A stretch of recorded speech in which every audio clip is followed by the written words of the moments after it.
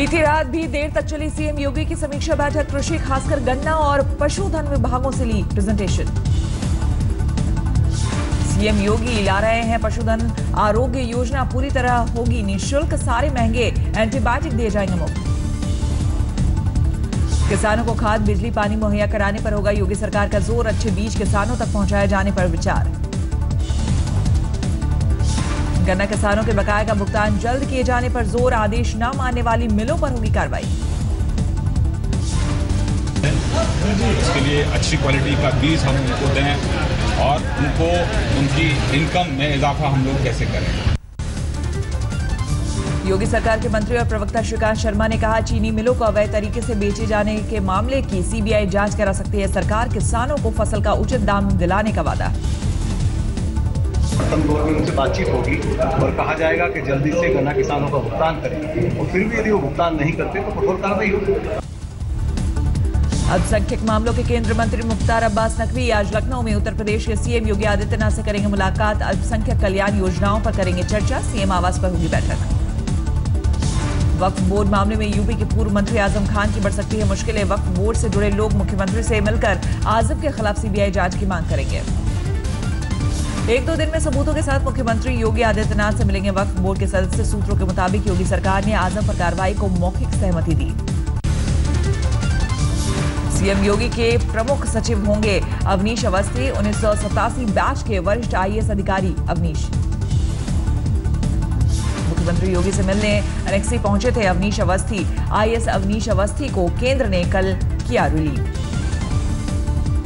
गन्ना किसानों ने योगी सरकार से पाली बकाया पेमेंट की उम्मीद। बागपत के किसान बोले, कर्जा माफी नहीं, बिजली बिल माफ करे सरकार। यूपी में शराबबंदी को लेकर कोहराम जारी। बलरामपुर में महिलाओं ने की तोड़फोड़। नोएडा सेक्टर 132 डीपीएस स्कूल को संयुक्त शिक्षा निदेशालय ने भेजा नोटिस। फीस हाइक को लेकर 60 बच्चों के नाम काटने से जुड़ा मामला। तृणमूल कांग्रेस की राज्यसभा सांसद डोला सेन और एयर इंडिया स्टाफ के बीच हुई बहस। फ्लाइट की उड़ान में 40 मिनट देर से हुई थी बहस। डोला सेन दिल्ली कोलकाता की फ्लाइट में अपनी मां के साथ कर रही थी सफर। सीट को लेकर शुरू हुआ था विवाद। व्हील चेयर पर थी डोला सेन की मां। टिकट बुक करते वक्त व्हील चेयर का जिक्र करना भूल गई थी डोला सेन। इमरजेंसी एग्जिट के पास मिली थी सीट। सन्निलबाग सांसद रविंद्र गायकवाड़ ने कोटा से दिल्ली वाया मुंबई का ट्रेन से किया सफर। बोले, सदन की गरिमा के लिए पार्लियामेंट से एयर इंडिया हटाया बैन।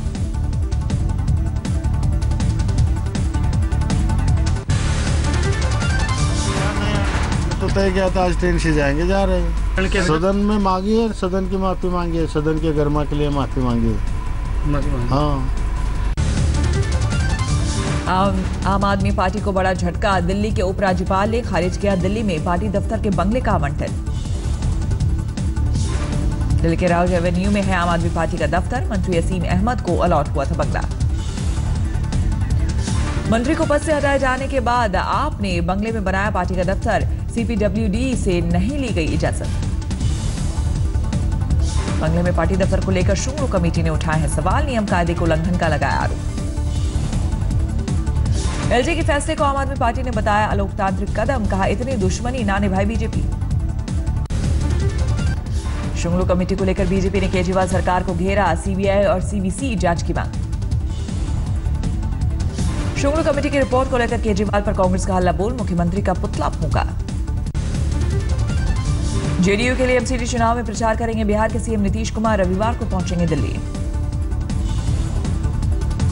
दिल्ली में इंटर स्टेट काउंसिल की मीटिंग के बाद बुराड़ी इलाके में रैली और रोड शो करेंगे सीएम नीतीश। बांग्लादेश की पीएम शेख हसीना 4 दिवसीय भारत दौरे पर। सिविल, न्यूक्लियर समेत 25 समझौतों की उम्मीद। तीस्ता जल विवाद भी पीएम शेख हसीना से वार्ता का अहम एजेंडा। तीस्ता मसले पर केंद्र और ममता के बीच खटास कम होने के आसार। तमिलनाडु के स्वास्थ्य मंत्री श्री विजय भास्कर पर आयकर विभाग का छापा। राज्य में 30 से ज्यादा ठिकानों पर छापेमारी। हरिद्वार में दिवंगत जीवन संगिनी की याद में भीग गई वरिष्ठ नेता लालकृष्ण आडवाणी की आंखें। हुए भावुक। पारस शिवलिंग मंदिर में किया रुद्राभिषेक। लालकृष्ण आडवाणी बोले, 50 साल तक कमला आडवाणी ने मेरे साथ हर सुख दुख को सहा। मेरी सफलता में उनका बड़ा हाथ था।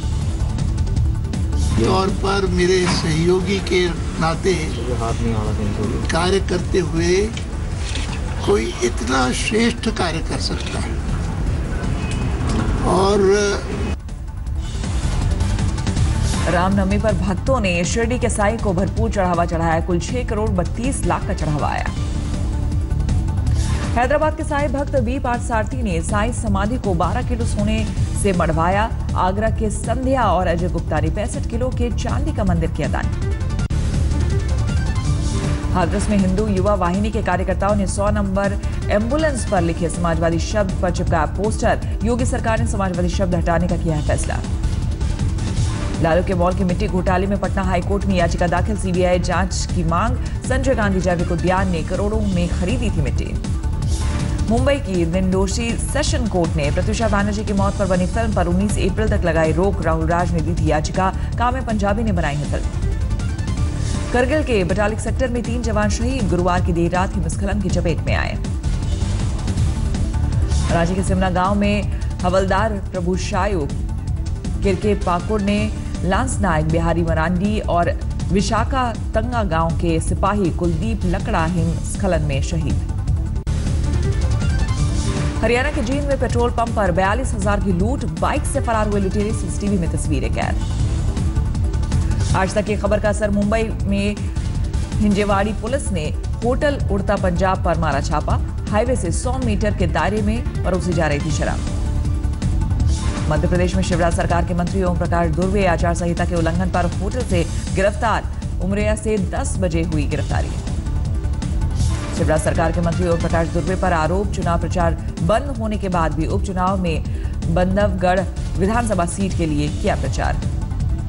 योगी राज में भी यूपी में नहीं थम रहा अपराध। लखीमपुर खीरी के निघासन में मोबाइल चोरी के आरोप में युवक की हत्या। त्रिवेंद्रम में सरकार ने हाईवे के किनारे शराब की दुकानों के समर्थन में खोजी सुप्रीम कोर्ट के आदेश की काट।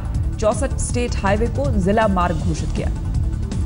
श्रीनगर में सीआरपीएफ जवानों की गाड़ी हादसे से एक स्थानीय नागरिक की मौत। भड़का लोगों का गुस्सा। दिल्ली के सुभाष नगर में बरपा हंगामा। मामूली विवाद में चली तलवारें। 5 लोग घायल। सुभाष नगर में हंगामे के दौरान दोनों गुटों ने गाड़ियों में की तोड़फोड़। सीसीटीवी में कैद हुई तस्वीरें। मणिपुर में कक्षा 12 का पर्चा लीक। 16 लोग गिरफ्तार।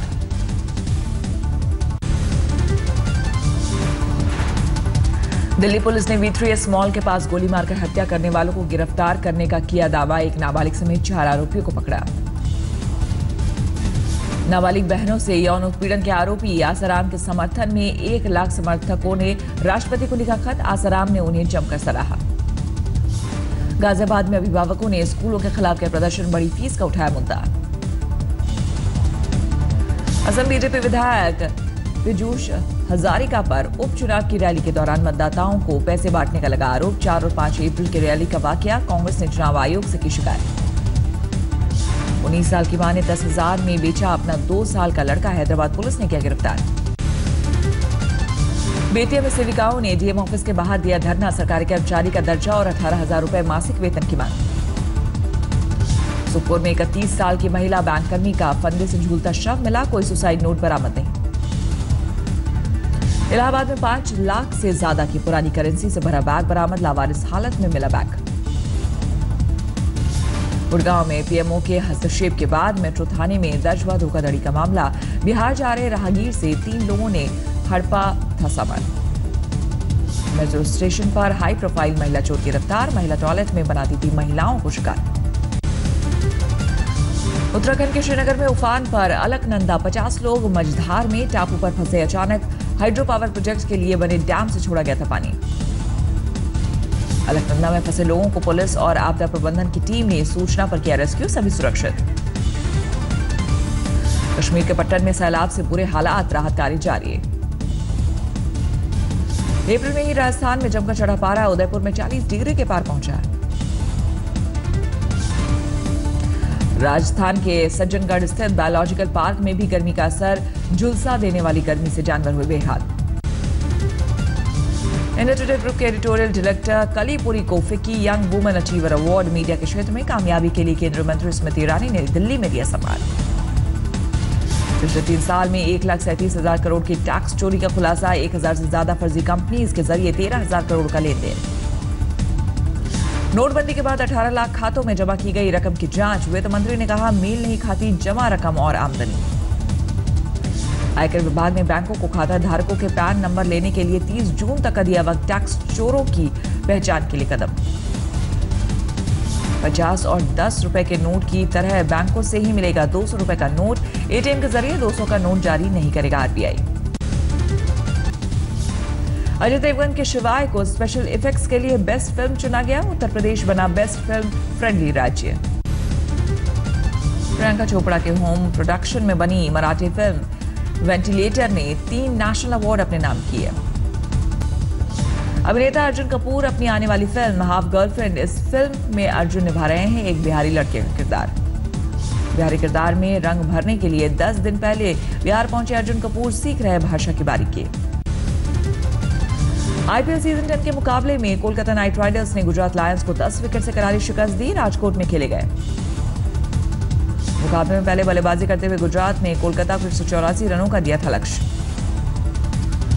केकेआर की टीम ने सिर्फ 14.5 ओवर में 184 रन बनाकर मैच अपने नाम किया, 10 विकेट से जीता मुकाबला। कोलकाता नाइट राइडर्स की जीत के हीरो रहे लिन और कप्तान गौतम गंभीर। लिन और गंभीर में पहले विकेट के लिए रिकॉर्ड 184 रनों की साझेदारी हुई। लिन ने 48 गेंदों में धुआंधार 93 रनों की पारी खेली, बने man of the match. Gautam गंभीर ने भी कप्तानी पारी खेलते हुए 48 गेंदों में 76 रन बनाए। गुजरात लायंस की ओर से सबसे ज्यादा रन कप्तान सुरेश रैना ने बनाए। रैना ने 51 गेंदों में 68 रन बनाए। दिनेश कार्तिक ने 47 और मैकलम ने 35 रनों की पारी खेली। गुजरात लायंस ने 4 विकेट के नुकसान पर 20 ओवर में 183 रन बनाए। केकेआर के चाइनामैन गेंदबाज कुलदीप यादव ने 2 विकेट झटके। पीयूष चावला और ट्रेंट बोल्ट ने 1-1 विकेट लिए। गौतम गंभीर ने धुआंधार बल्लेबाजी करने वाले लिन की दिल खोलकर तारीफ की, आईपीएल में और ज्यादा मौके देने की बात कही। आईपीएल में आज 2 मुकाबले खेले जाएंगे। पहला मुकाबला किंग्स 11 पंजाब और पुणे के बीच शाम 4 बजे से इंदौर के होलकर स्टेडियम में होगा। दूसरा मुकाबला रॉयल चैलेंजर्स बैंगलोर और दिल्ली डेयरडेविल्स के बीच रात 8 बजे से बेंगलुरु के चिन्नास्वामी स्टेडियम में खेला जाएगा मुकाबला। स्वीडन की राजधानी स्टॉकहोम में भारतीय दूतावास के पास आतंकी हमला, एक ट्रक जनरल स्टोर में घुसा। स्टॉकहोम के आतंकी हमले में 4 लोगों की मौत, 15 लोग जख्मी। स्वीडन के प्रधानमंत्री ने स्टॉकहोम के हमले को आतंकी हमला करार देते हुए व्यक्त की चिंता। पुलिस ने हमले के लिए आरोपी को हिरासत में ले लिया, आसपास के स्टेशंस को भी खाली कराया गया। स्वीडन की राजधानी स्टॉकहोम में आतंकी हमले में मारे गए लोगों को श्रद्धांजलि देने के लिए एफएल टावर की लाइट बंद की गई। भारत के प्रधानमंत्री नरेंद्र मोदी ने ट्वीट कर स्टॉकहोम में हुए हमले पर दुख जताया, कड़े शब्दों में हमले की निंदा की। विदेश मंत्री सुषमा स्वराज ने प्रभावित भारतीयों के जारी किया हेल्पलाइन नंबर।